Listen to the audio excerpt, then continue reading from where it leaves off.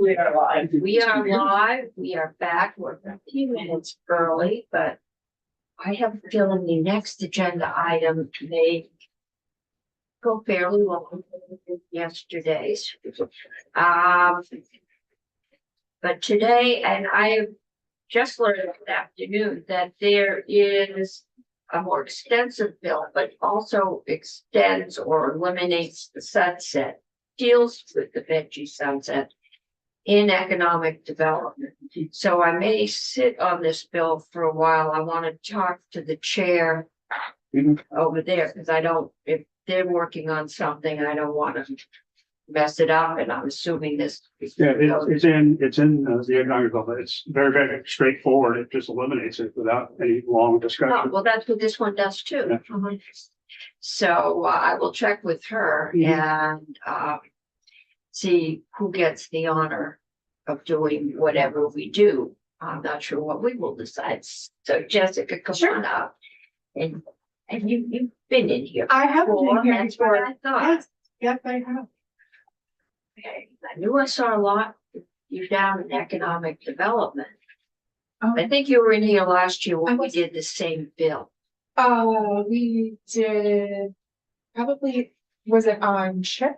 Did I come in? and talk Maybe on about Chip too, yes. And I don't think we did, and then maybe my first year as the executive director was when we were probably talking about the sunset of the first time veggie was, but anyway, happy to be back. I would have seen you then in economic development. Yes, yep. All right, I'm gonna log into the Zoom and then I'll get my slides up for the committee to go through with. And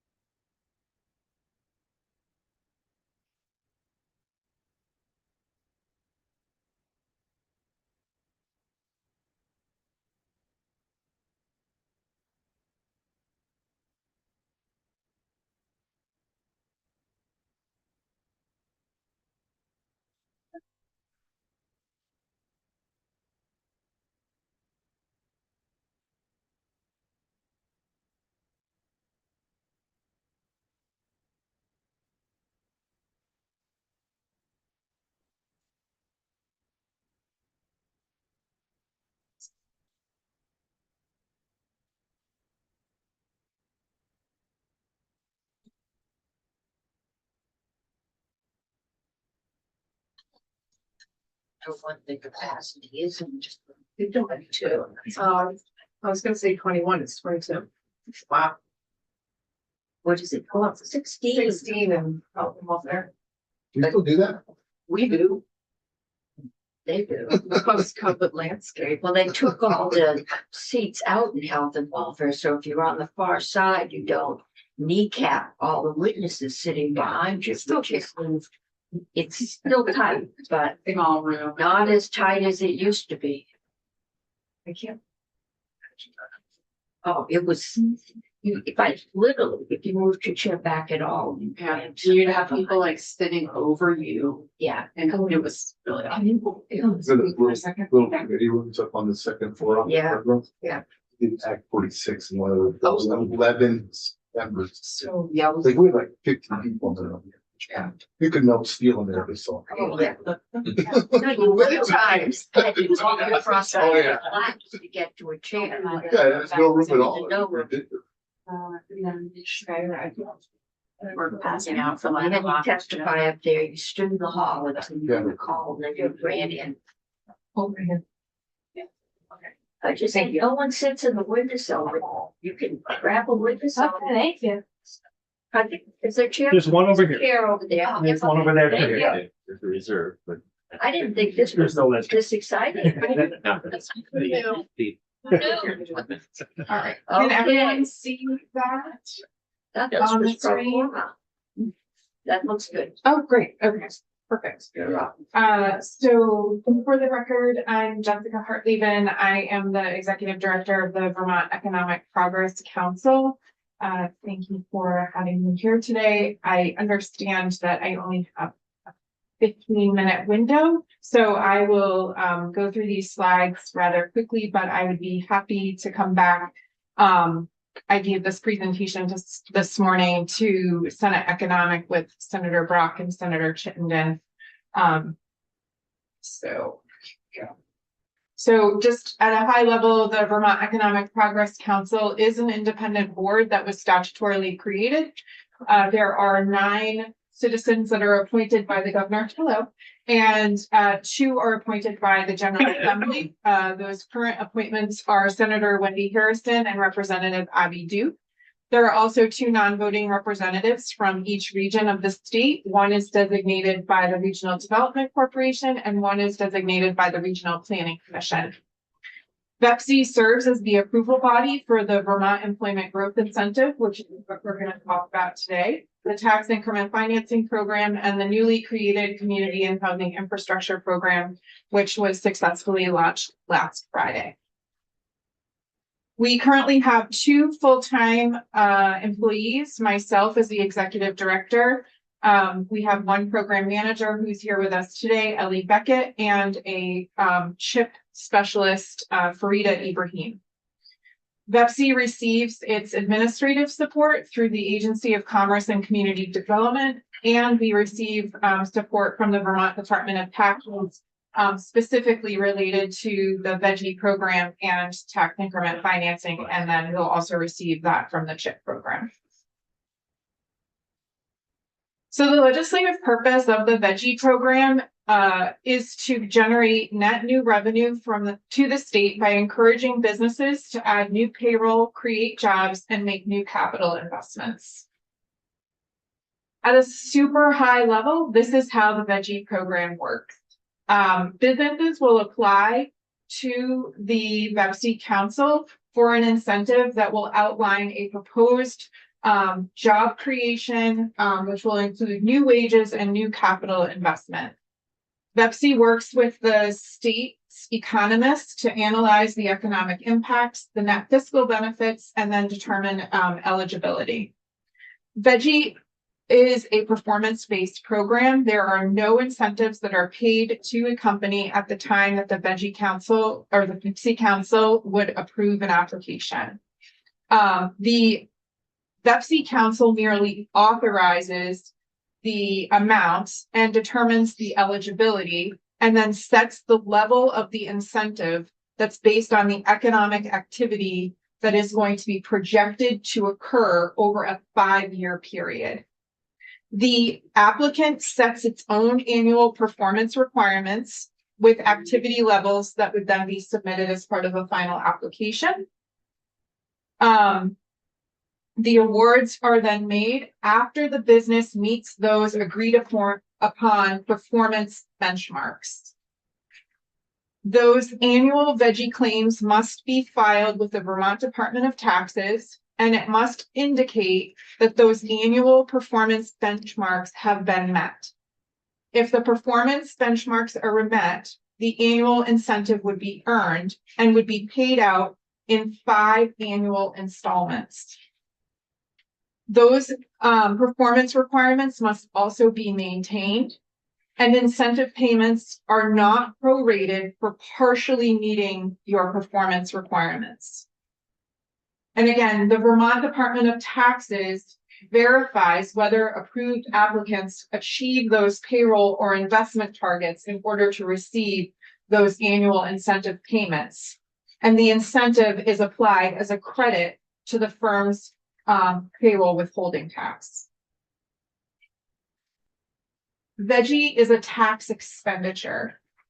So you will see in the tax expenditure report that JFO provides in 2025, and as they explain that tax expenditures are those statutory provisions that reduce the amount of revenue that would otherwise be collected to encourage a particular activity or limit the amount of taxes that are collected from certain persons.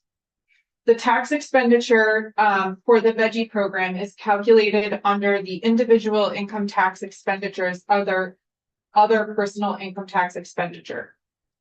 In 2023, the total income tax expenditures for the state of Vermont was $377,889,000. The percentage that veggie was of that portion of money was 0.6%. On average, because JFO calculates this out over a 5-year period, the incentives that are paid roughly equate to about $2 million each year. The impact that veggie has, we looked at a period for 9 years, which is the total amount of the life cycle of the veggie applicant. $170 million in new capital investment, 640 jobs created, $43.7 million in new qualifying payroll, with an average wage of about $68,000. This is the impact over the last 18 years of the program. The veggie program has caused $1.2 billion in new capital investment in the state of Vermont, creating over 10,000 new jobs, $613 million in new qualifying payroll, and $41.5 million in incentives paid. Question. Yeah, so just looking at these two charts, specifically about the jobs created. So if it's 2,000 jobs or 10,000 jobs for over the 15 years, Yeah. the only 640 of those 10,000 were created in the last 8 years. So that's really front ended. Like you're not creating many jobs in the last 8 years. Yeah, so I can defer to the program manager who can better explain that statistic. Ellie, do you want to just announce your name and? I'm Ellie Beckett. I'm the program manager for Veggie. So the first graphic was just the applications that are in the final stage that have fully met all of their targets so far. So it doesn't include any of the applicants who maybe made like 4 out of 5 of their targets or 2 out of 3. And all of those jobs did happen as well, and they're included in this number. They're just not included in the prior. So it does look like it's very front-ended, but that first one again is only capturing the applicants who have fully met all of their targets and are still active. And it's not including those who might have who are now in a reduced status who didn't get the full incentive amount. Okay. So is it if they didn't meet the requirements, it's not an all or nothing thing, they can get partial payment? So say you met your first year's target and you maintained that target for 5 years, you get that full year of incentive. But if you missed the second year of targets, you don't get the second, third, fourth, or fifth year of targets. Okay. So you get partial in that way. Okay. So And that's more in our annual report. We have that data also for you. okay. So again, I knew that we had a very limited amount of time. Yeah. So I was just trying to give a very, very high level. I would be happy to come back and explain the more of the meat and bones of the annual report if you have additional questions. It just seemed weird that they would get credit for the first year of something. Like they could create a job and then that next year that job could go away, but they're still getting credit for creating No. that job. No, they're not. Okay, then how does that work? So if they said in year 1 they were going to create 7 jobs, and they did create those 7 jobs, they would get and they maintained those 7 jobs for 5 years, they would get their incentive for that year 1 target of 7 jobs. But if year 2 they said they'd create 5 more jobs, and they didn't create 5 more jobs, then they don't get the incentive for that second year. Do they get the year 1 incentive only after 5 years of keeping those jobs? They get one. They get 1/5 of it each year for 5 years. So you get the first 5th of it when you create the jobs, and then for the next 4 years, those jobs have to stay. They have to maintain it. Okay. But they still will have gotten paid for 1 year, even if next year the jobs go away. 1/5, not the full payment. You get paid 1/5 of Yeah, I your, understand what one yeah. means. I'm just, okay, I mean, I guess I'd like to understand this more, because it does seem like they're getting the benefit before they are actually having, permanent, impact. No. And I would be happy to explain it more fully. And the annual report does also give that additional explanation. But we also have some additional materials that I could probably send to you that might also help to explain the overall program. Okay, How I mean, how that works out over a 9-year period. okay, I Yeah. just want to make sure that this is actually funding that's worth spending if we're gonna make this thing permanent, or take out a sunset. But the fact that they get paid before they do the full thing that they say they're gonna do doesn't quite make sense to me, but Yeah, I hear what you're saying, but I don't think that that's accurate, and I'm happy to send you the follow-up information that would support that. okay.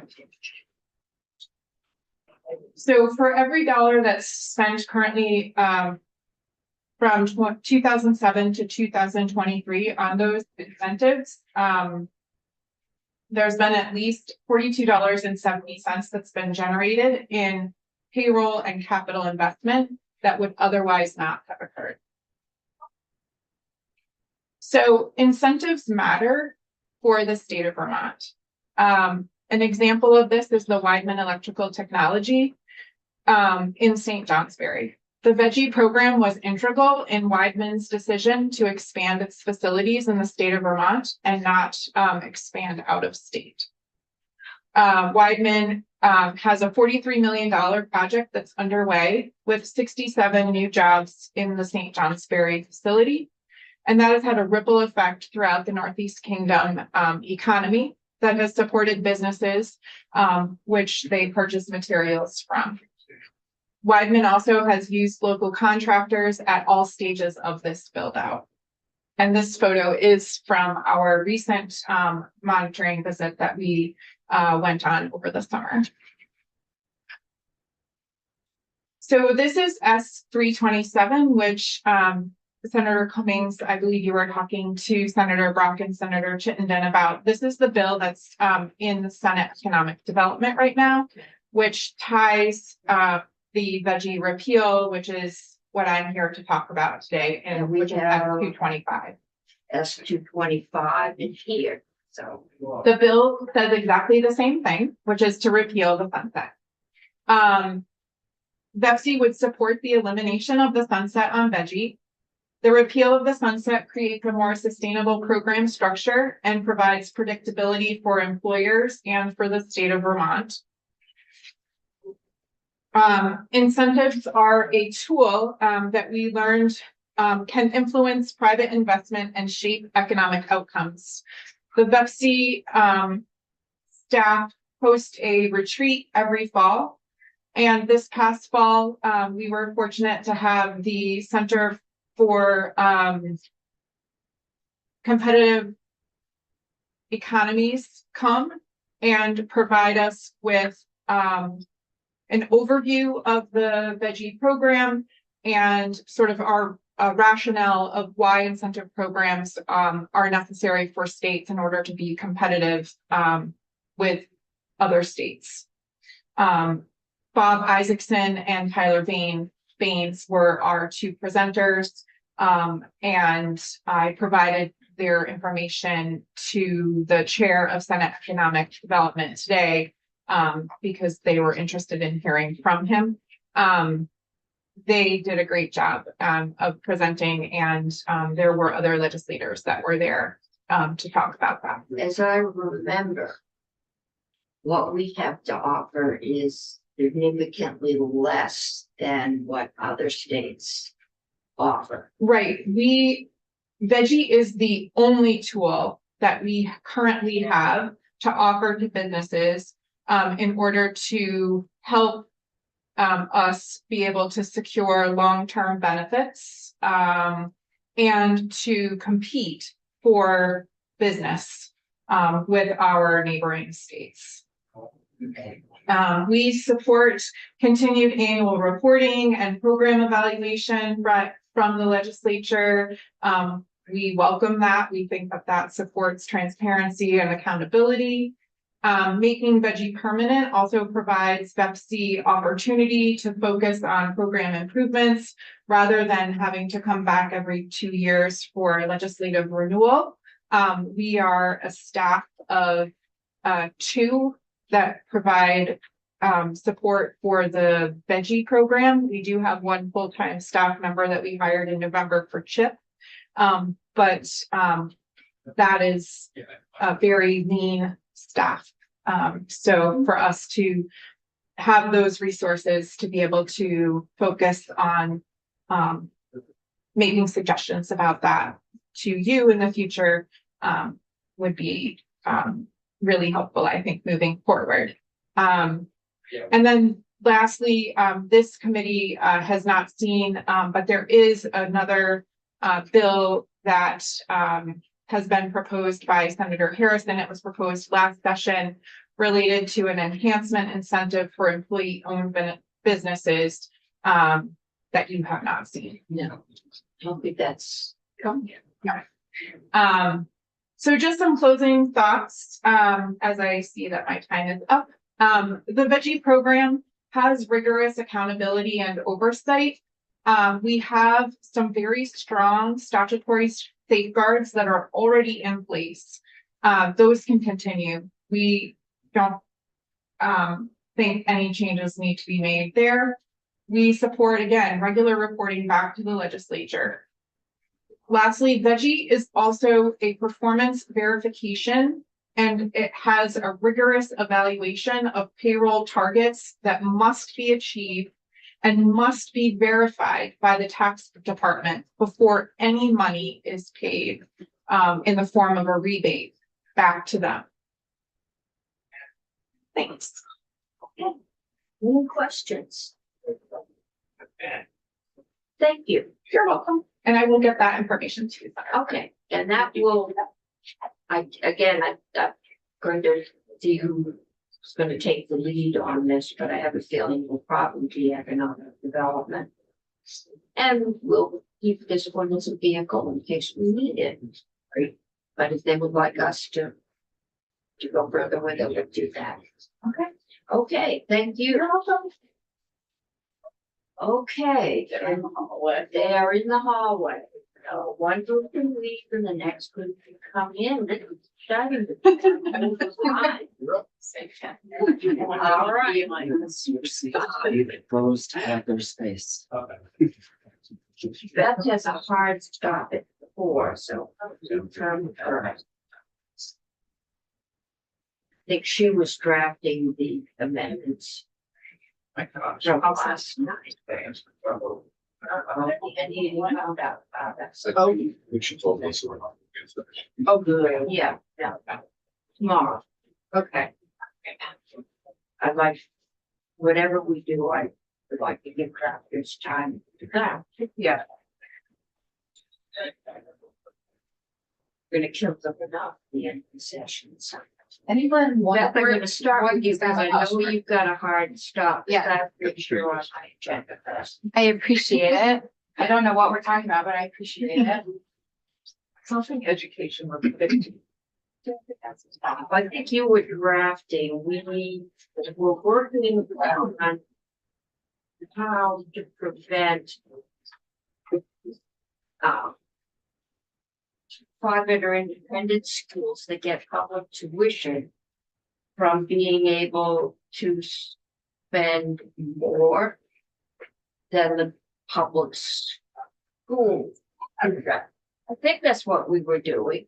Concern was that if we put a cap on spending with, you know, the 2 references and the appeals process, but we didn't cap tuition of public money to private or independent schools in the same way, we would be disadvantaging public schools. I'm looking at the committee. Did I get that? Yeah, trying That's a to good way of Right. saying it. parallel constraint. Yeah, parallel constraints.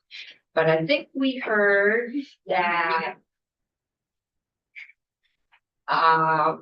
tuition is not quite as easy as budgets to put a cap on or understand, or it's a fairly complex system already. So I know, I understand you have two versions for us, maybe Yes. more by now. But I'll give it to you. Thank you. Beth St. James, Office of Legislative Counsel. I haven't shared anything with Charlotte to post because I didn't know what you wanted to be public, but I do. Do you want me to send something to Charlotte or share my screen or? You can send it to Charlotte, share your screen, Okay. so we can all see what we're Alright. looking. Yeah. Let me just.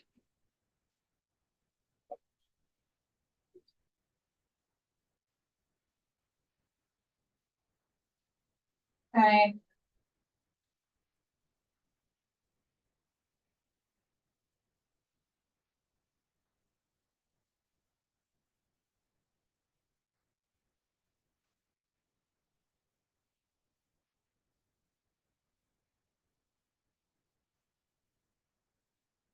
And I would say I had genuine confusion when I left here last night over what you all were hoping to see. Okay. I went back and watched testimony, Oh, my. and was still confused. I was gonna say it was a little more clear, but really, Tell us what we should have asked you to do. I don't know. So what I have for you is two options. If these do not reflect the policy choices you were hoping to see in the language, I apologize. Okay. Well, we should apologize because apparently we are not clear at 4 o'clock on Friday afternoon, nor are we clear at 5:30 on what date was the other day? Tuesday. Okay. So I I've got, should quit earlier. sorry, I've got two options. The first option, and again, this would be applicable to both public and independent schools that receive tuition students. I literally took your education spending growth concept and applied it to tuition. Okay. So notwithstanding any provision of law to the contrary, for years 28-29 only, the tuition charge pursuant to 16 VSA chapter 21, which is the town tuition program. So that would exclude naturally CTE tuition for our public CTE tuition centers and special education funding. Okay, because we heard from the CTEs this morning, and they were very concerned. They are excluded from all of this. There's one type of independent school, or there's one type of CTE programming that would fall under chapter 21, and that is a comprehensive high school. Okay, That is St. Johnsbury and Linden, who are our two approved independent schools that also serve as regional career and technical centers. Their tuition for CTE programming is the same as their high school tuition. It's one tuition charge, and that is under chapter 21. okay. And then we have two public schools that are comprehensive high schools, but the tuition for CTE program offering in those schools is the tuition to attend the school under the town tuition program. It's not a separate tuition charge. So again, I just read the law, I don't execute it. I believe that by specifying chapter 21, we're excluding CTE tuition because that is covered under chapter 37. Okay. But I could be, I'm happy to adjust that language. Well, Okay. I think that just relieves us of a problem we just Okay. heard of. So, the tuition charged by a receiving school in Vermont for those 2 fiscal years shall not exceed the sum of the tuition charged by the receiving school in the prior fiscal year and the receiving school's allowable tuition growth. Provided, however, that this section shall not apply to pre-K tuition. So allowable growth for a receiving school means the product of the receiving school's allowable tuition growth percentage and the tuition charged by the receiving school for publicly funded students in the prior fiscal year. This should look very familiar to you because it is the exact same language in your education spending cap.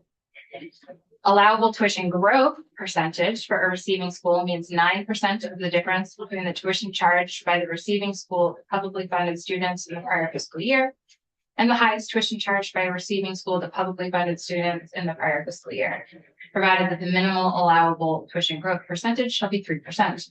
How do you calculate that percentage? You subtract the tuition charged by the receiving school in the prior fiscal year for publicly funded students from the highest tuition for publicly funded students charged by any receiving school in the prior fiscal year. Divide the difference by the tuition charged by the receiving school for publicly funded students in the prior fiscal year. And you multiply the percentage by 9%. And receiving school means the board of a receiving public school and an approved independent school that is eligible to receive public tuition. So this is the exact same concept just applied to tuition. Okay, That's option one. don't give us two Sorry. options. It's so much more simple. Okay, Oh, I just want to clarify. and then Senator Chin. So, is this say that they may charge up to that amount, or they have to charge that amount? Let's see, I believe this shall not exceed, Okay, so that's fine. Okay, thank you. Just want to give them the option to be lower than. Senator Chin. On page 1, line 20, yes. I'm trying to understand why you say provided that the minimum allowable tuition growth percentage shall be 3%. Wouldn't it be max? That is what is in the average or the calculation for education spending. So Minimum allowance. you get at least 3 if You you're. get at least 3. Yes, at least 3. That's the minimum. Very minimum. That's the lowest amount. Oh, is that, okay, that's a permissible cap. Yes. Okay, Yeah, thank you. Are you ready for a more simple one? Yeah. sure. Option 2.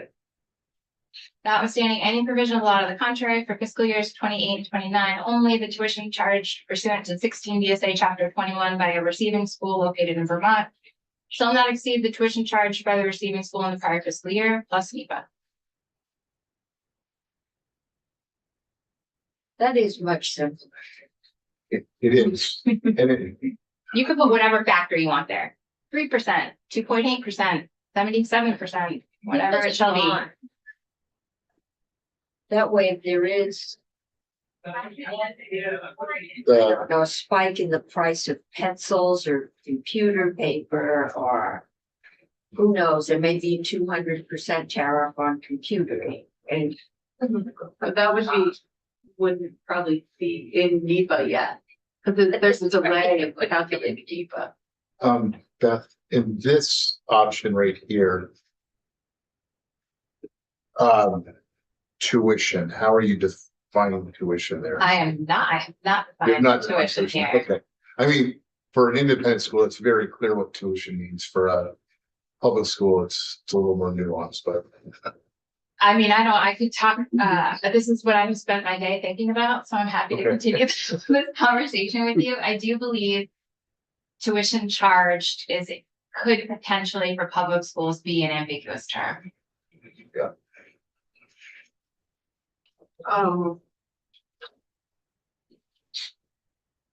I thought this was could this just be for independent schools? That would be a policy choice that you could certainly make. so what happens to school A tuitions all its high school to high school B? Wouldn't it just follow the whatever growth is, yeah. It would do the 2 to, it would be covered under, Yeah, It would still Budget, be, though. yeah, it would still be, So that money's coming from a district that would still have the cap. applied. yes, okay, yeah. okay. No, but that's the problem. If you have a receiving public school. And let's say they go up like 10%. The sending school district. Has to. Pay a tuition that's not of 10%, yet their. Education spending is probably, 3%. would be a little. So that becomes problematic for that sending school district. Well, if we're saying that they can't spend more than 3 or 9% more, then the receiving school Pricing themselves out. is going to have to adjust. This is an increase. Right. So for 2 years, they can't increase their tuition more than the 3 to 9%, depending on the budget. So that's more in, I think, similar to in the thinking in the first example. Both examples, 2A and 2B, as drafted for now, apply to both public and independent schools. It would be a policy choice for you all on whether to bifurcate the two. But have this language just apply to one and not the other. I think something like that, same. I just sent it to Charlotte. Okay. It is there now, Scott, if you refresh. I mean, the second one is definitely I would do the second one and just apply it to independent schools and let the public school tuitions follow what the other public schools are doing in terms of setting their budgets. So. Okay, what you run into there is that you might have a public school that's a receiving school that's receiving kids from a number of different school districts. I mean, they could have a tuition for each of those school districts, but they, no, right now you said one. no, but right now, do they charge different tuition rates? I didn't think No, so. So is your concern, I'm trying to understand if a school district is receiving kids from 5 different school districts, and each of those 5 different school districts has a different percentage that they're allowed to increase their budget because of their own education spending and Fall, yeah. blah, blah, blah. Then if the receiving school is limiting what they can. If their tuition is charged, the amount that they're charging is higher than what a school district's allowable growth rate is, then Yeah. the sending school would be dinged They get because they could. Yeah. Yeah, so but I think that Wouldn't the tuition that you're paying determine your cost per pupil? I'm pulling up the net cost per pupil statute It's a right now. factor in your. I mean, Yeah, and if you're paying tuition and the student goes with their weight, right? No weights yet. no, No, so you're just paying tuition. That is your cost per student. You are tuitioning that student out. So that will determine how much your increase could be for the tuition. I think it determines that, on one side, but not the other. On the Maybe the sending, but simpler not the thing is to go to receiving side. NIPA for everybody. That's option 2 here. Yeah. And that would make it easy for the schools. And if there is an outlier, there is an appeals process, So, and it is for 2 years. Okay. so one of the things that I asked Julia this, and I think that it's a question of getting the data, but in general, we haven't really seen how all of this would impact individual districts.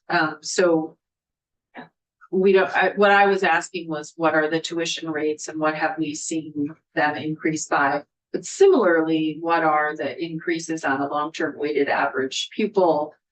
So just as an example, in talking to superintendents, I believe the Barry School District this year on an individual long-term weighted pupil, it's a 13.5% increase per pupil. But their budget, their education spending in total is 5%. Yeah. Something like that. So they would be pinched really hard by both options. They would have to cut quite a bit out of their budget.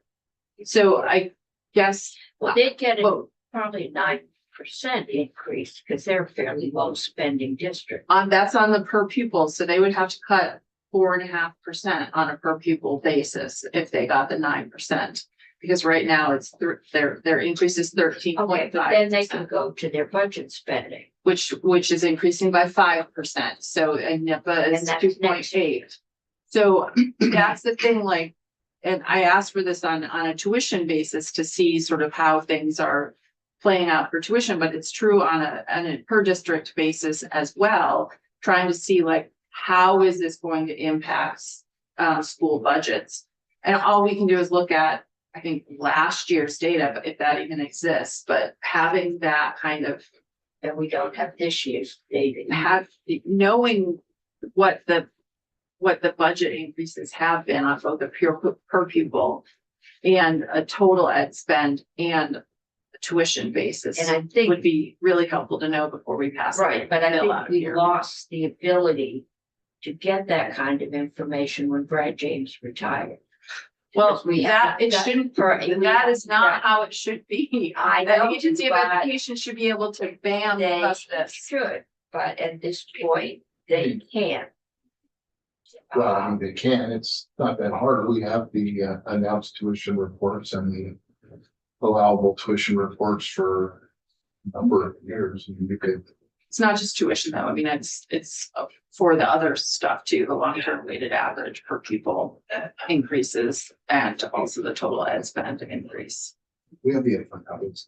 Senator Chip. So two things really, and I'm not looking for an answer here, but what is a curiosity to me is how, I understand that we've had this in place before, back in 2016, and then we pulled it back. I'm wondering how we did this then. I'm not looking for you to answer that on the spot, but I'm kind of curious how it was structured when the allowable spending growth caps were in place previously with regards to independent schools. And secondly, and I'm going to carefully say this, I recall the big Act 73 discussions last session. The House did a lot of the work up front, and then once they limped it across the finish line over to us, that's when a lot of certainty was then known about what that modeling would look like, and a lot of the numbers came out. So my point here is, in this case, we're taking this on now relatively early in the session, where I would expect much more certainty with the great staff of JFO to then flesh a lot of these implications and numbers out before we're in the heyday of late April and May. I want those answers too before I vote for something, but I just know that a lot of this would get fleshed out further down the track. We're So not gonna get those answers in the next day or two. Per district. We've got issues with the ed department and their ability to crank it out. I don't think JFO has that kind of information, and Beth needs to leave in 6 minutes. I can give you an extra pen. Don't understand. I'm trying to make a decision between Sorry. one or two. I need to leave now. That on the first option, Yes, page 2, Yeah. B sub I. yes. Subtract the tuition. Are you thinking allowable amounts, or is that still to be? Not, there's that term is not defined. Okay, it's the same as the second option. Okay, Yes. thank you. Okay, committee. How many like option 1? Yeah. How many, I got 2 like option 1, how many like option 2? I like option 2, but I would like it to be more clear on the fact that this is tuition going to independent schools and not just tuition writ large. That was my intent when I decided to do an amendment. Well, if you do I think that, that- what would stop your high school, who's capped at 3%, from upping their tuition 25% to cover their cost? What I would really what I like is the synchronicity between what is contemplated in for everybody in with independent schools. And so if we go back to the other language and do as much as we can to mirror it, which is I believe what Elizabeth had presented to start, is that language directly mirrored the language in the allowable spending growth caps. That to me is a great starting point to really have the intent be to have the same allowable growth cap. So I like option one only because that's where I believe our current landing place is for the other language. Yeah. But if we go to NIPA in 220, I'd be just happy to synchronize. Well, I think that one of the things we talked about was doing both of them as options, but I also had asked about whether we could accomplish some of the same goals of this affair with the excess spending threshold, which is easier to understand, Senator Crop. And whether, I don't know if that. Except wealthier towns can spend over it, and they have. Yeah, thank you. But I think very few towns spend over it, and it's something that's already in existence. So I'm just curious about looking at that as an option instead of creating something new that's confusing everyone. I think when a tuition is allowed, tuition growth, I think it mirrors what we're doing in the rest of 220. Okay. Does anyone want to end now and go back to the status quo and change the allowable spending cap? No penalty. What is Yeah, well, it would be, it'd be double Excess tax. access spending threshold? I feel like we're trying to make all these decisions without actual data. And it's really, really hard and irresponsible to be like, oh, like, I kind of like this one because it sounds better, but we don't actually know how it's going to impact our schools. No, and we don't have the luxury of having that data. Well, that seems unacceptable to me. A lot of this is unacceptable, but double-digit property taxes are also becoming unacceptable. I understand that, and I'm not saying they're not, but what I'm saying is that we as policymakers should be able to make policy based on data that we see before us. And the Agency of Education and the tax department are required to provide data, especially when we ask for it. And if we don't have the data to be able to see what the impact of these options would be, I don't think it's responsible for us to just guess. I mean, we had a question, Senator Beck and I were trying to figure out like sending, receiving thing, and we actually don't know without the data. So what is the option if we don't do this? Do we do nothing? Do we do something else? I can't make the Department of Education, and since we lost our last data cruncher, I don't know that we've gotten a new one. I haven't seen any data since Brad left. Last time we had this kind of individual school data was the weights, and this one, I don't know. So Senator Chittenden. I go back to my previous point in that if we come to some consensus, the NIPA notion, I believe just came up, it was Tuesday, maybe it was Friday, the days blur together. But if we do start to come around to some consensus, I don't know if we have to vote it out, but maybe that gives us a few days. If the Agency of Education hears some general consensus of where we're going on these points, then maybe that will trigger to get us the data to have that more informed discussion before we vote this thing out. But Okay, we can email AOE and ask them if they have the ability to generate the data on a district level of implementing these increases and tuition caps. Is that what we're asking for? the allowable spending growth. Whenever this caps be. The allowable growth caps. Not just tuition though, for also long-term weighted average per pupil for every single district. What is the average plus the total education spending? We need to know all of it. We need to be able to see what the impact of this is. Okay, and if we can't get it, then it's our decision to do nothing. Let's see what the data shows us before we make a decision. If we can't get the data, and I have a strong suspicion we can't, are we then saying that we are going to do nothing for the next, it'll probably be 3 or 4 years before. I would rather not.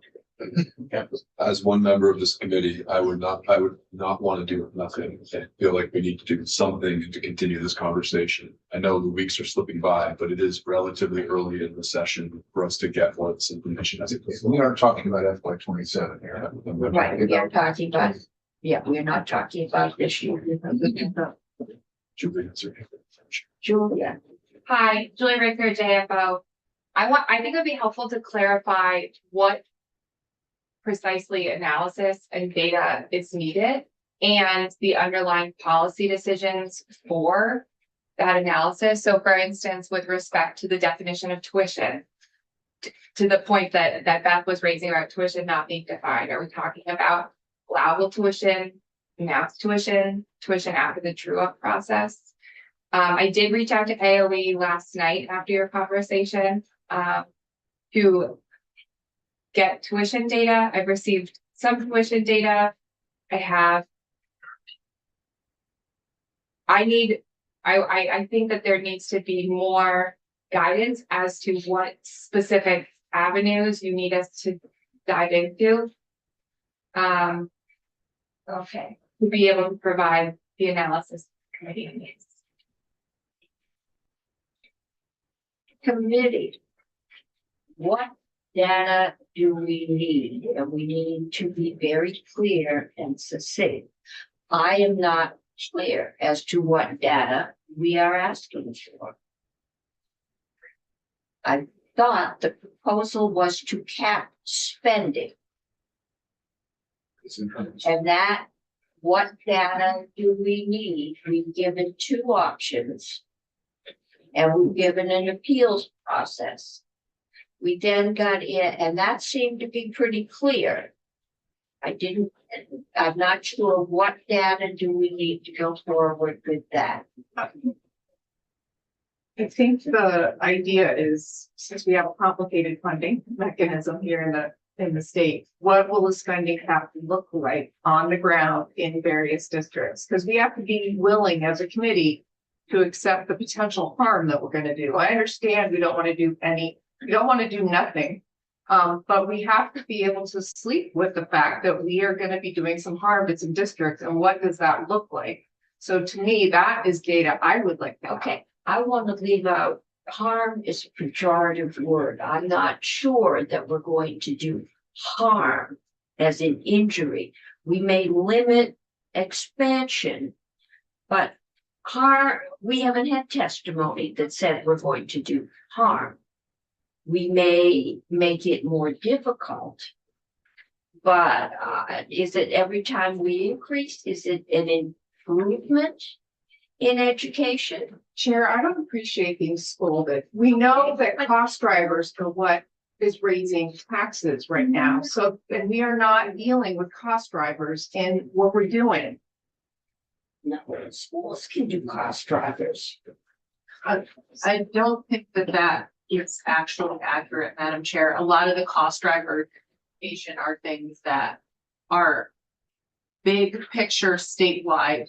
Yeah. And the largest one was the healthcare that is negotiated at the state level, not at the school district level. That's right. So I completely agree, and I've said this multiple times, this proposal does not address the cost drivers. And it will force school districts to make cuts in things that they can control, which is the education of students in classrooms. So I think that what Senator Gulick was trying to say is like, we need to be able to understand what are the implications of the actions we're taking. I think all of us want to address the rising property tax rates. all of us do. But we also need to understand how we're doing that and who is impacted.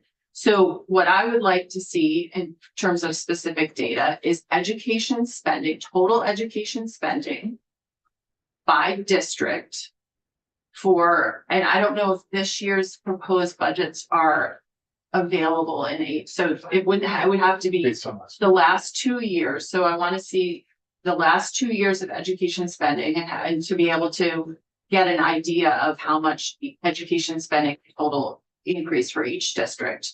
And then the long-term weighted average per pupil education spending, because we're talking about two different ways of calculating education spending or the increase.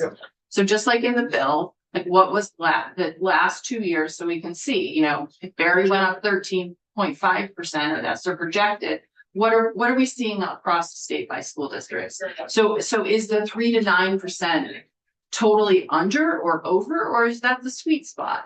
And the same with the NIPA. Is the 2.8% for the NIPA the right amount that we should be using? Or is there a better number? Is it more or less? Without data, we're just picking numbers out of the air. And the same with the tuition. What is the tuition that is being charged for different types of students, whether they're elementary or high school or going to public schools or private schools? And the tuition stuff is super confusing and I don't quite understand it all, frankly. But being able to do the same kind of analysis for tuition, so we can say, is applying the same percentages to tuition reasonable or not?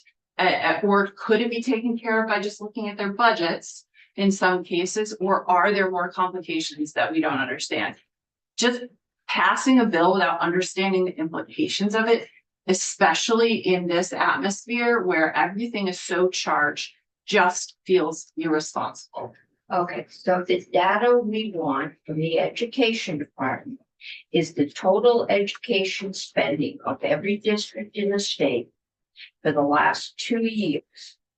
So, and we want to be able to calculate the increase or decrease in that. And then we want to know the long-term weighted average. Total education spending per district, not total for the state, but the 5 Per districts. district, total ed by district, the last 2 years. And then the long-term weighted average student Per by pupil, per pupil, the term that's used in the bill. long-term per pupil. Per pupil, Tempting to jot this down in this email too, Madam Chair. weighted average for the last 2 years. Yep. Okay, The tuition, well, I mean, that's all in the, if you want to look at tuition, announced tuition growth, either aggregate or on a school basis, that's all the announced tuition report. And then the allowable tuition report has all the actual spending on a student basis. so. Yeah. What, we've got reports, I like things on the list. So we want the annual I think you want tuition, 2 years. of 2 years, Announced tuitions, announced tuition. maybe by school and by aggregate. What do you mean by aggregate? Like an average of everything, how they all stacked up. And then you want to see the allowable amounts that were calculated by AOE for all the public schools for 2 years. Allowable tuition amounts. Okay. Allowable tuition. That's when you come back and you've given us 10 extra minutes. I think we're gonna need a tutorial on what is what is the announced, what is the Yes. allowable tuition? Yeah, I can unfortunately do that in my sleep now. Oh, It's still confusing, and as with so many things in education finance, the law does not necessarily carry you the entire way through a process. Like there's business processes that happen in the fields that are not captured in the black and white law. And this is a big one.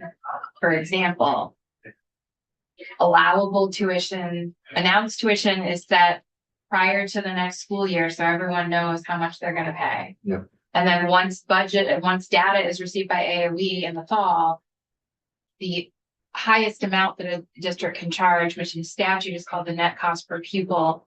I think colloquially, it has been referred to as, the allowable tuition. But then there is a true up process. If you pay tuition, if your announced tuition is on either side of 3%, there is a true up process. And that true up process is not just cutting a check, it could be credits.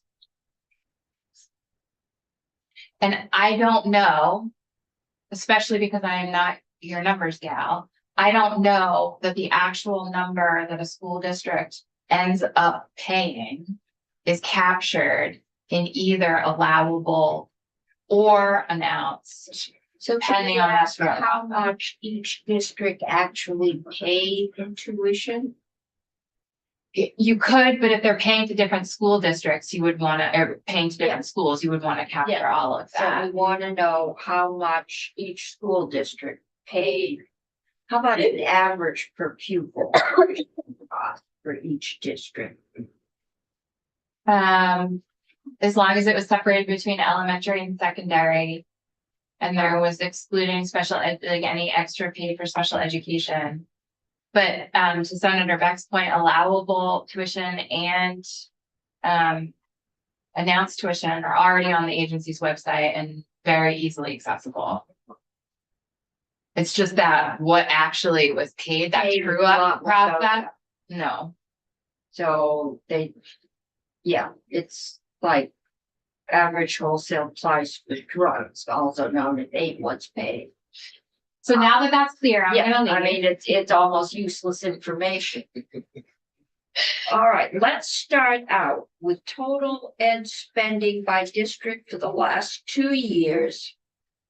And then long-term per pupil weighted average for the last 2 years. Get that.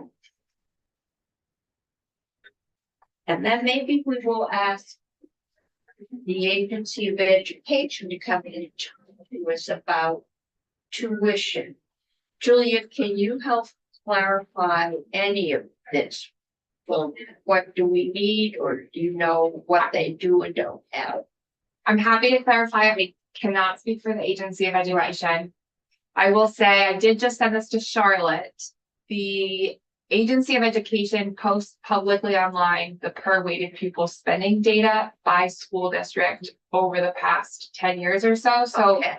I just sent that to Charlotte. As soon as the firewall lets it get into Charlotte's inbox, I think she'll forward it to the committee. With respect to the tuition information, I am not an expert on tuitioning. I've been trying to understand the data and what is collected. I know that the school district redistricting task force received one data set with respect to tuition data that AOE shared with me yesterday or last night. Beyond that, I think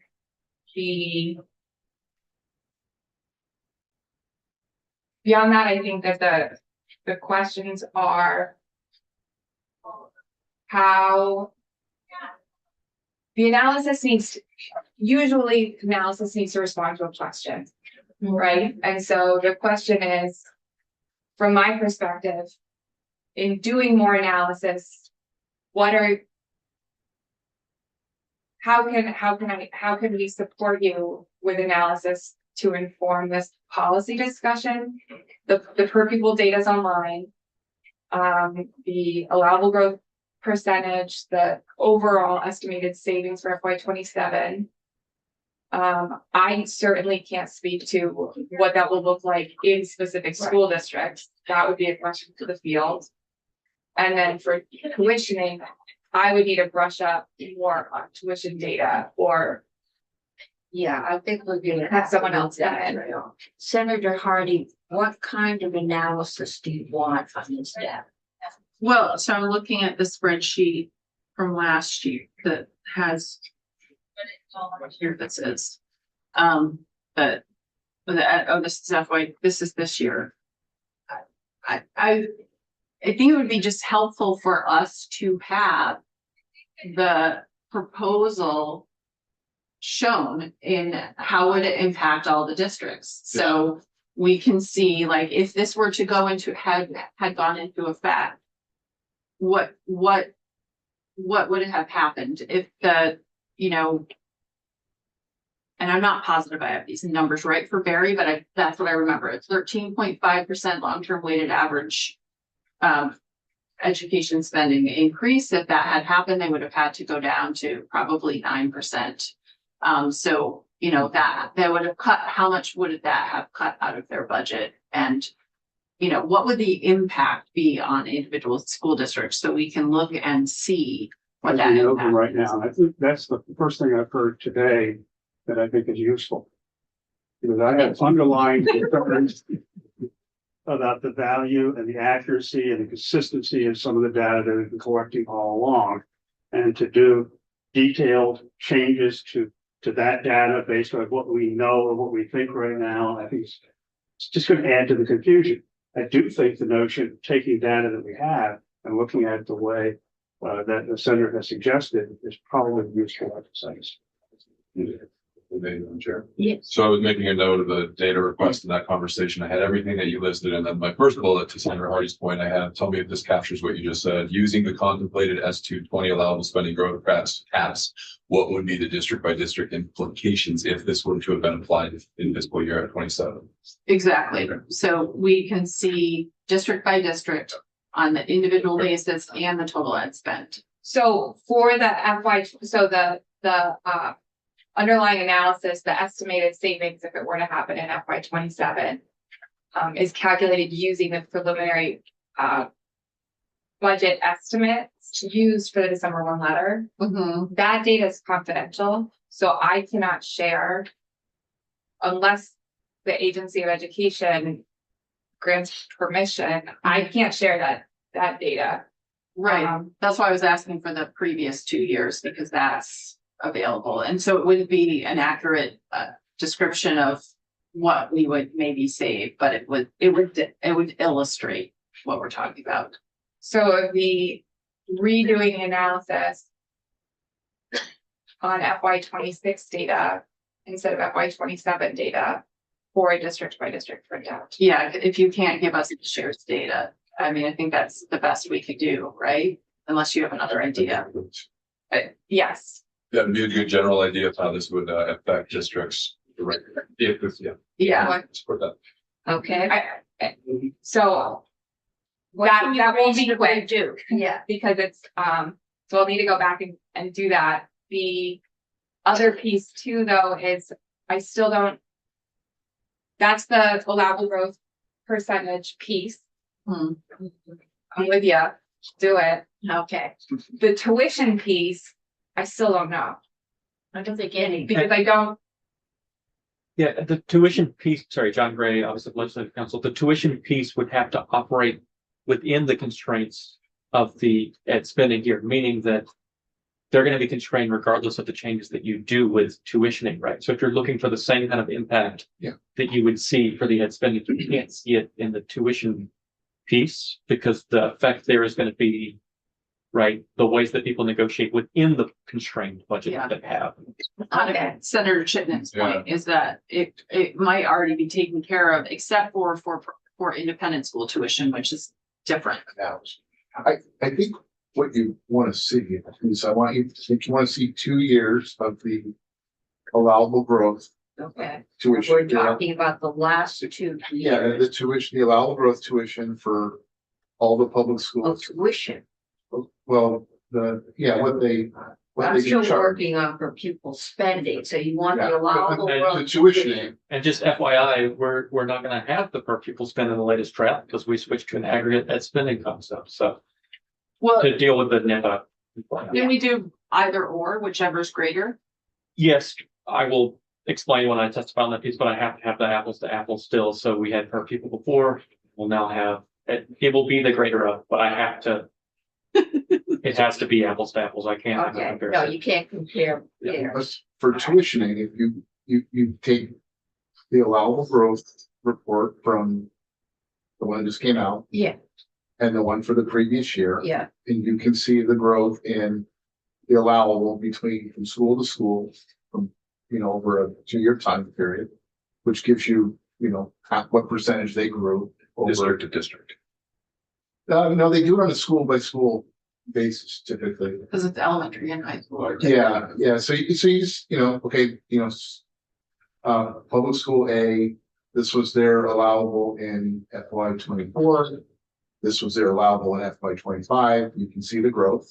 All right. You do that for every school, and then the comparable is on the independent school side is their announced tuition, because that's all they get. They don't get to do allowable.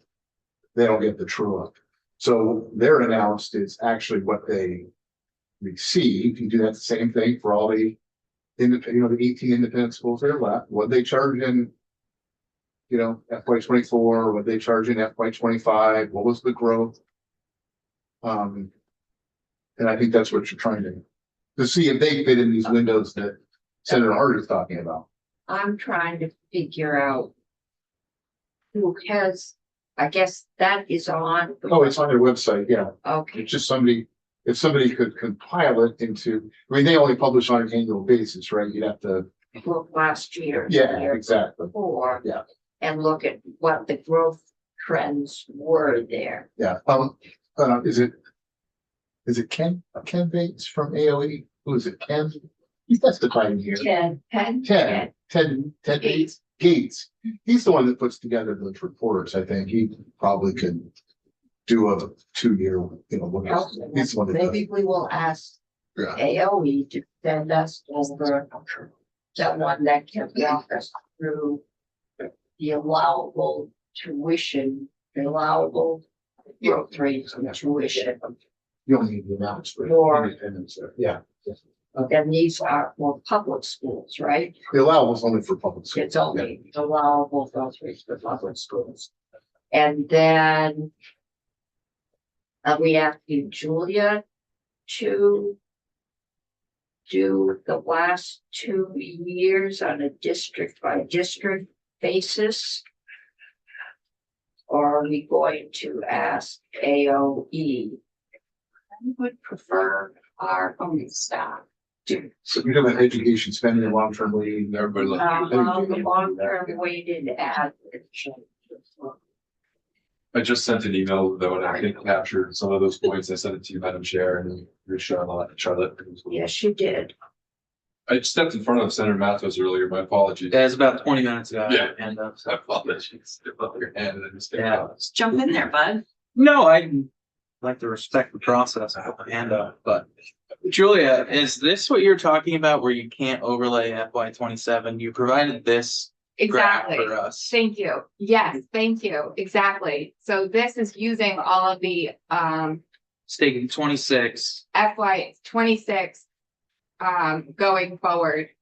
The challenges with the comparing it to FY 27 because the FY 27 data is confidential. Even though they're warned, the vast majority of But them. they aren't voted. So we're using so taking a step back. The way that the allowable growth works is it's comparing to the prior year. Right. So to your point, the graph that you're showing there is based off of FY 26. Yeah.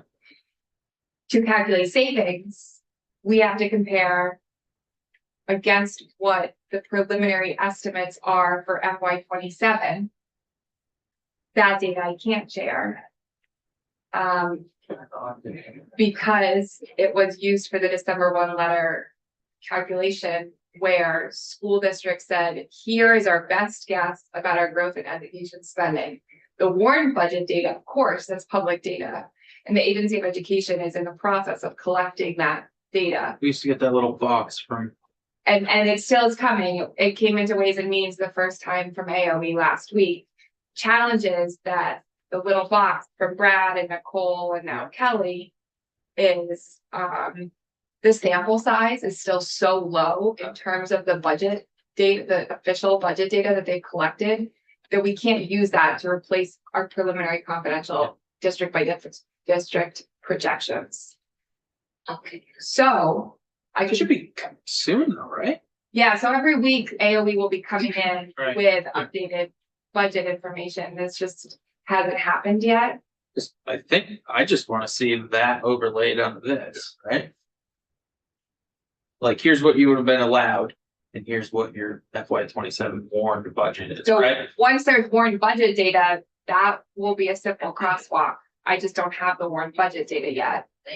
I guess I don't want you to recreate the wheel. I'm happy to share the FY 26 allowable growth percentage. Or allowable growth education spending or FY 26. And spend grown by NIPA. It's just the comparison against FY 27 that I can't share. And if the committee needs to see it for an earlier year, that's my job. If that's, Cause you take 25, apply that to what actually 26 was. 25, Yeah. 26, yeah, 'cause it's not confidential anymore. the only other challenge I will say too is we can only go back to FY 25 because of FY 27 and the change of the employees. On this point, to Senator, what Senator Mathis is saying, that data will be available sometime over the next month, correct? Okay, Yes, So we can update it in the next month, but just blind without passing a bill without looking at data analysis is really not good practice. I not disagree. Yeah, I know you're not. I just remember Ag 73 last year, a lot of the numbers came out after Olympic crossed the finish line in the House.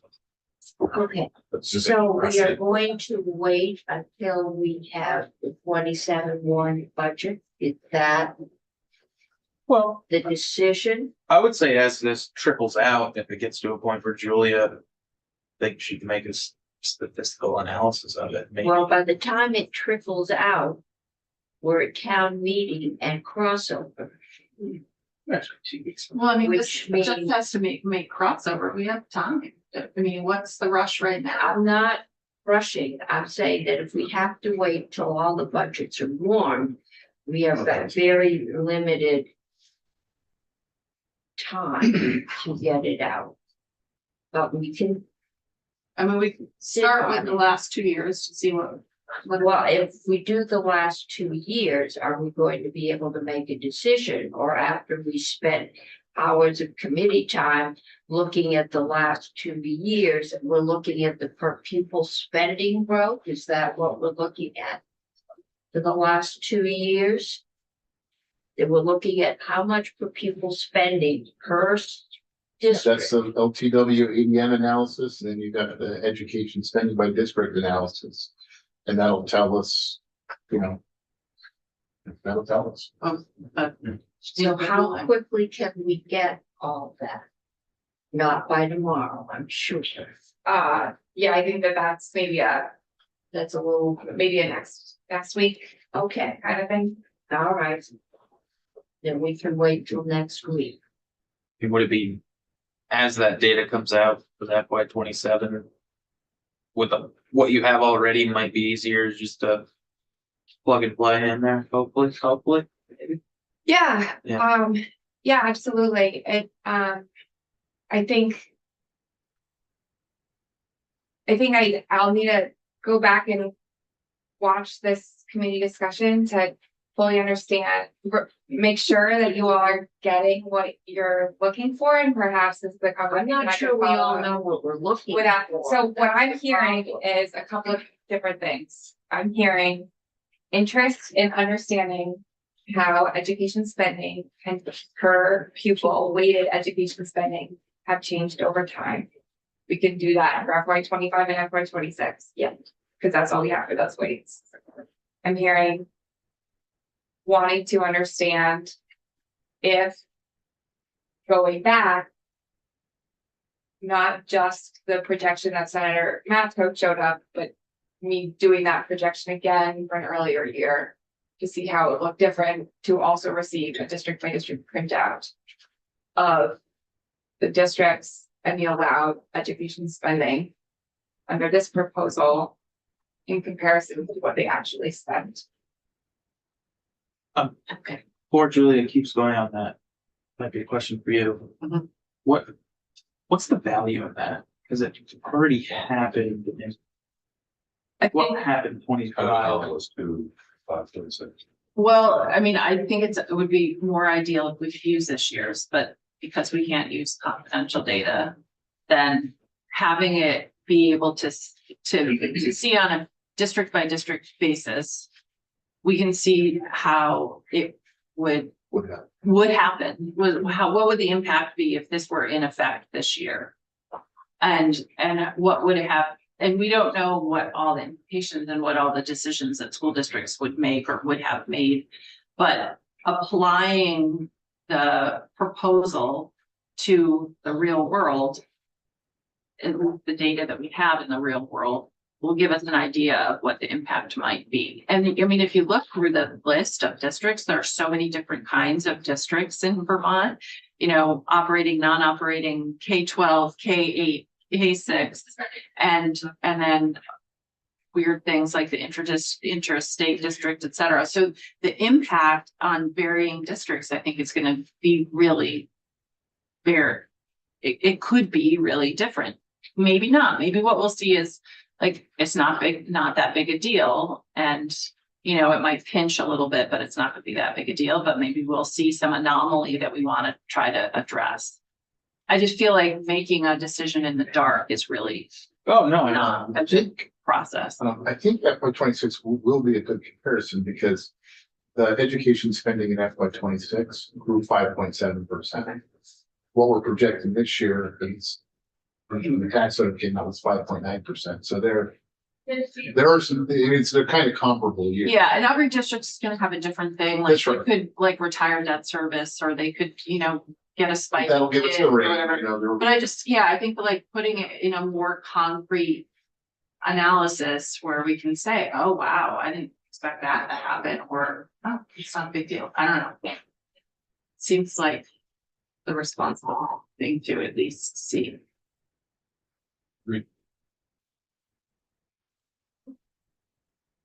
Julia, do you have enough to rationally go forward on this? Senator Chittenden put together a really helpful list for me that he shared with you, Madam Chair. No, he shared it with me. And so I think I think I'm gonna use this to come back to the committee with analysis of. And I do think that with respect to some of the tuition information, that would be good to bring in the agency for that tuition data. so. We've got using the contemplated 220 allowable spending growth. What would be the district by district implication if this were to have been applied in fiscal year 26? Total education spending by district for the last 2 years. Long-term weighted average for pupil spending for each district for the last 2 years. What is the tuition being charged by both independent schools and public CTE schools? Okay, because CTE, other than the public ones, are excluded from all of this. So our witness before is safe. 2 years or more of announced tuition by schools, including allowable tuition amounts. So we'll see what you get on that and let us know when you're ready. We will just keep holding a space until we're ready, but I can read almost anything else out of it. Okay, I think that's it. So daylight. Do I have anybody else? John's off the board. Was John gonna talk through the appeals process, or do we wanna do? You guys want to see what I have? Okay, yeah. You don't have to. but I'll be There's home with these kids, stress math. No, I actually gotta get to the parts store to get the part for my pickup truck so I can get back here. Senator Chittenden, thank you. That needs to go pick up parts for their auto. My car doesn't work either. Well, You know, I'd say let's I ride got it together, here. but we can't. Well, if you're not coming in here with one of those loud muffler things or. You never know. They're got a roll call. That's the term, yes. All right, John Gray, I'll just let the council screen share.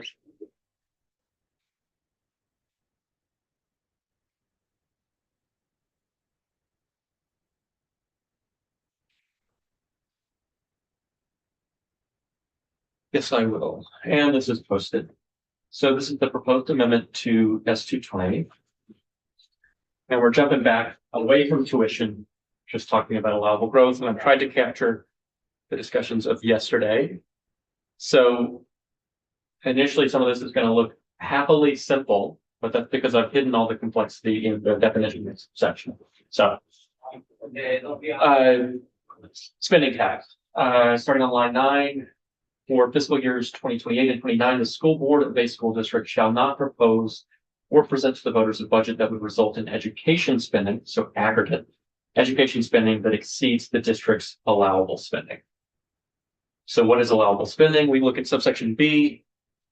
I added a first line here. This isn't something the committee suggested, but I just wanted to throw this out as a concept with the complexity built into the calculations for allowable growth, and also the fact that we're giving a greater of, and potentially applying an inflator. I was somewhat concerned that they might be applied at different times, that school districts might not know to what cap their budget is subjected. So first line is the Secretary of Education shall publish the allowable spending for each school district in the state. So just have a centralized mechanism that lists the allowable spending. That way they are also on top of having to form the budgets, figure out what the cap applies to them is. A school district's allowable spending shall equal the greater of the following amounts: the sum of their ed spending in the prior fiscal year and their allowable growth. I'll talk about that when we get to the definition section. And the district's education spending in the prior fiscal year increased by NIPA. So it's a choice between, do you get a higher allowable growth ed spending, or do you get a higher NIPA ed spending? Whichever is higher, the district would have that set as their allowable spending. That would be their cap. What happened to the LTW ADM spending? I'll talk about how I addressed that, because I needed to compare ed spending inflated by NIPA. It's the apples to apples comparison thing. I have to compare ed spending against ed spending. So I'll talk about the way that I treat that in allowable growth, because there are measures included here to protect against, in this case, increase in enrollment, which would be the risk that you would have, is if your student enrollment goes up and you were making a determination based on just ed spend, which of course wouldn't reflect, if you're doing prior year ed spend, it wouldn't reflect your updated student count. But I'll talk through the way that works. So you're getting the greater of NIPA inflated or your allowable growth as the cap. On page 2, we have the spending review process. So under subdivision 1, if a school board for a school district determines that the budget that would be necessary for the ensuing fiscal year would violate that spending cap imposed under subsection A, the school board shall submit its budget to the Secretary of Education for a spending review to determine whether that allowable spending should be increased. Under subdivision 2, the Secretary of Education, with the advice of 3 business managers and 3 superintendents selected by the Secretary, shall determine whether the increase in ed spending in each budget submitted for spending review was beyond that district's control or for other good cause.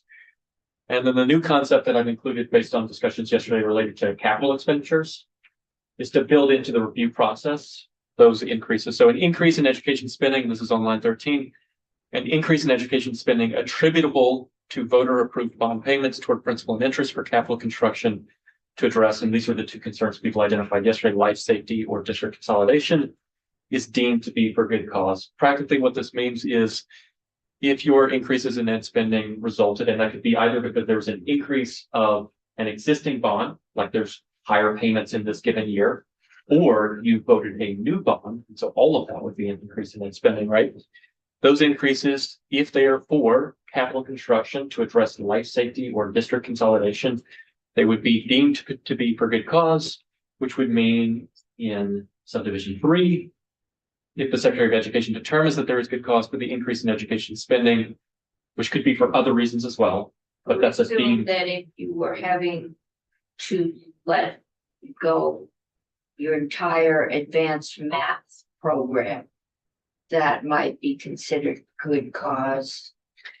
Yeah, you bring up a good point. This is quite discretionary language. It's broad discretion to the Secretary to make this determination. The only direction that this draft offers as to what constitutes good cause is, one, the call out to things beyond the school district's control, which could of course be interpreted in different ways. But that's the kind of language that was used in Act 127. And then the real direct statement that you've taken is on this voter approved bond payments for capital construction for these purposes. So that would be subject to discretion. That would just be, that is the case. But otherwise, if the secretary determines there's good cause for the increase, the secretary would amend the allowable spending for that submitting school district to account for the good cause increase. But yes, large discretionary element here, I cannot say what the secretary would determine constitutes a fair increase and what does not. And I mentioned this yesterday, but in Act 127 for the tax rate review, there were a couple of factors listed, but they're not really applicable in this case. You could pull in one from there, but I've just stuck with a more generic, make a determination whether or not this increase was beyond the district's control. Or This good cause language was what was in Act 127? yes, use good cause language. Yep, and it had the exact language was beyond well, it didn't use submitting school district, but beyond the district's control or for other good cause. So that is just to restate what the bill does, and then I'm going to go into the mechanics to address Senator Beck's question. A school district can't propose a budget that results in ed spending that exceeds the district's allowable spending. The allowable spending is the greater of their NIP inflated prior year ed spend or their allowable growth ed spend. If the school board determines that what would be necessary would exceed that allowable spending, they can make an appeal to the Secretary of Education. The Secretary does a check to see whether the increase was for good cause, and you deemed that one thing that constitutes good cause is bond payments for this particular purpose.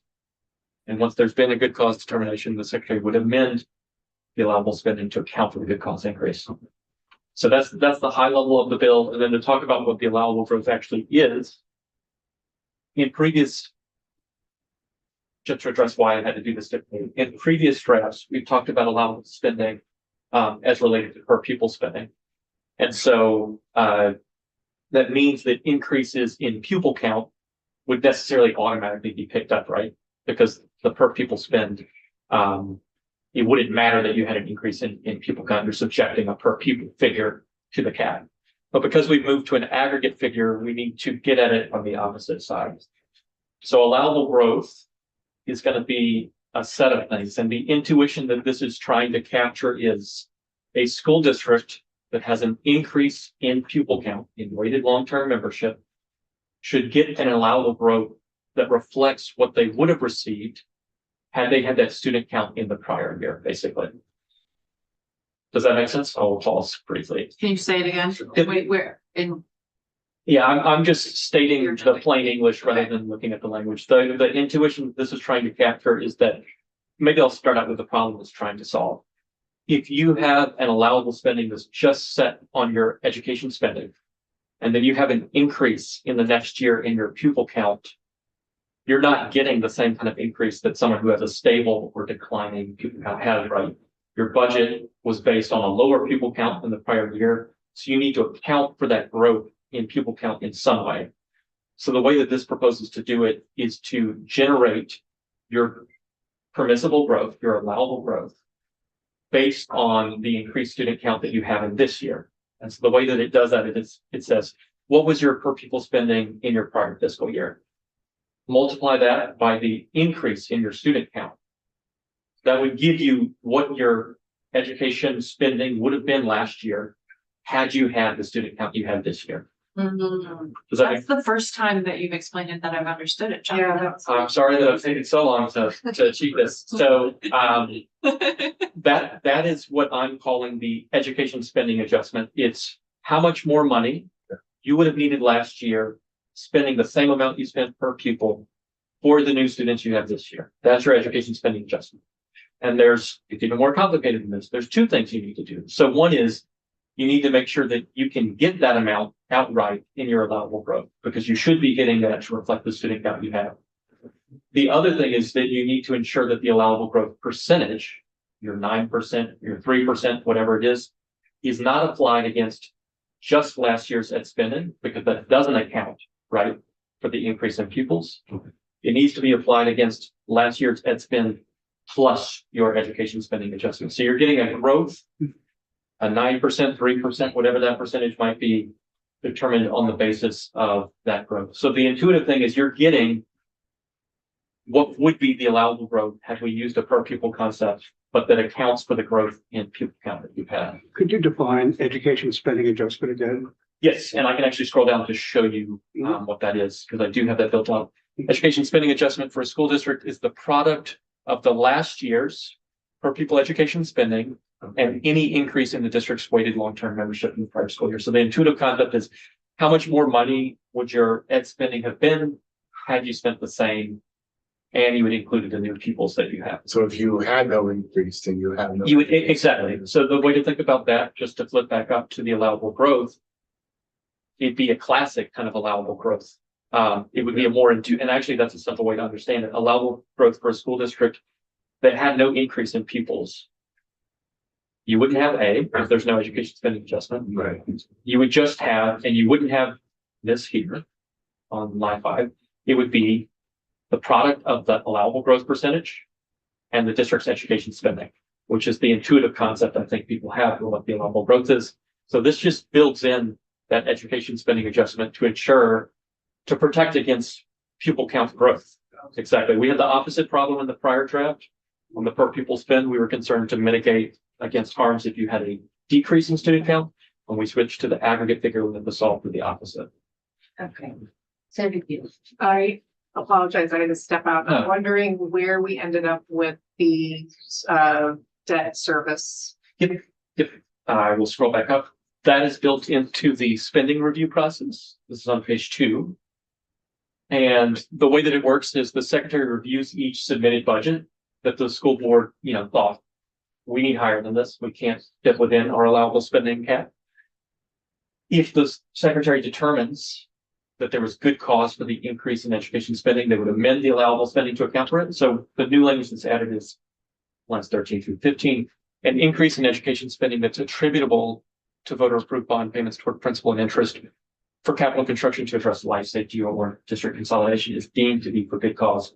Practically what it means is the secretary has to amend the allowable spending for that district to account for that good cause increase, which is a result. Okay, so this isn't baked into the formula, it just has to be a grievance kind of situation. That's true. So there was 3 different ways I thought about doing this. This seemed to be the simplest, but you are correct that it builds it into a required reach out to the Secretary of Education. The other 2 ways that at least occur to me intuitively to do this, one is to exclude these kinds of expenditures from the education spending that you're subjecting to a cap. The other is just to add them to the allowable growth, meaning that you treat ed spending as you normally treat ed spending, but the cap is increased to the extent of those dollars, basically. The difficulty, I think, in those is that you're requiring more math at the front end, basically, but it is entirely a choice as to what you would want to, how you want to approach it. This, I intentionally used the language "an increase in education spending attributable to" because I was trying to capture if your payments increased, even though you already had pre-existing payments, plus if someone has a new bond that they voted. I know that yesterday we started going down some of the path of, is there a cutoff date, at which point you need to identify. So this is like the simplest way to do it. And PCB contamination would be included in life safety. I don't know. I mean, I would guess that a school board would make that argument. Yeah. Yeah, okay. So on that language, it says district consolidation, Mhm. and I don't know if that covers it. So in one of my, in several of my districts, they've closed schools, not because they've consolidated districts, but because they've consolidated schools themselves. Okay. And so, and Could be school. they need Yeah. to do work on the school they're sending the kids to.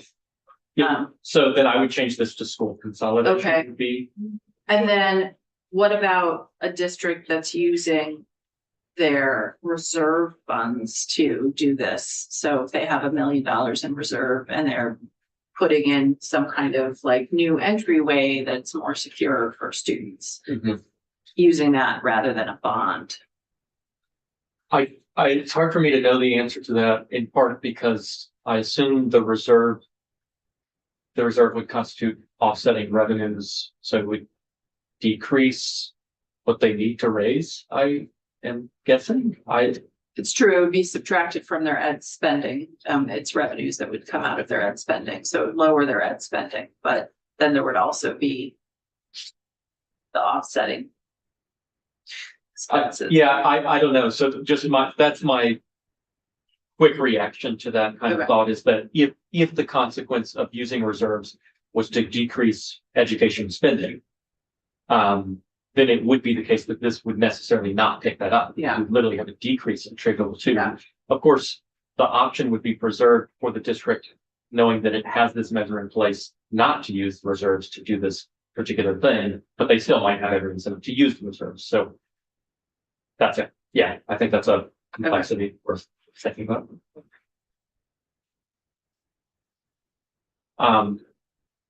I can jump through the last of the definitions, but I think we've already kind of got it. The allowable growth is really the thing to wrap your mind around. The education spending adjustment is like protecting you against student growth. Allowable growth percentage is exactly what you saw before. And it still references per pupil education spending. It's maybe uninteresting to you guys, but the reason you have to do that is because that is the meaningful way to identify the difference between your district and the highest spending district. If you did it on an aggregate basis, just the largest district would have your highest, right? So you'd end up with a wildly different set of allowable growth percentages. So you still determine AGP on the basis of the difference in prior year ed spending, just like the last draft. And then a bunch of callouts to everyone's favorite chapter in Title 68. And that's it. Effective date July 1, 2026. Thank you. What happens in the situation? Like I was thinking about one of the schools in my district, Milton, has a 2.73% increase in ed spending per pupil. But they have to come up to 3. Oh, do they have? No. So this is just setting a cap. This is setting the cap. And I think this is just setting a cap. So you still have, if you want to spend low, you have all of the flexibility. Okay. To spend low, you've always had. Yeah, the danger is, as we found out, the 127, was that once you say the cap is 3 or 5 or 9, that Yeah. they might spend to that, but they still have to get their budget voted. Yeah. By, and I don't think there are many districts that are not under severe pressure to keep those increases down. Yeah. Okay. Good. Thank you all. See everybody tomorrow. Let's take this off. We have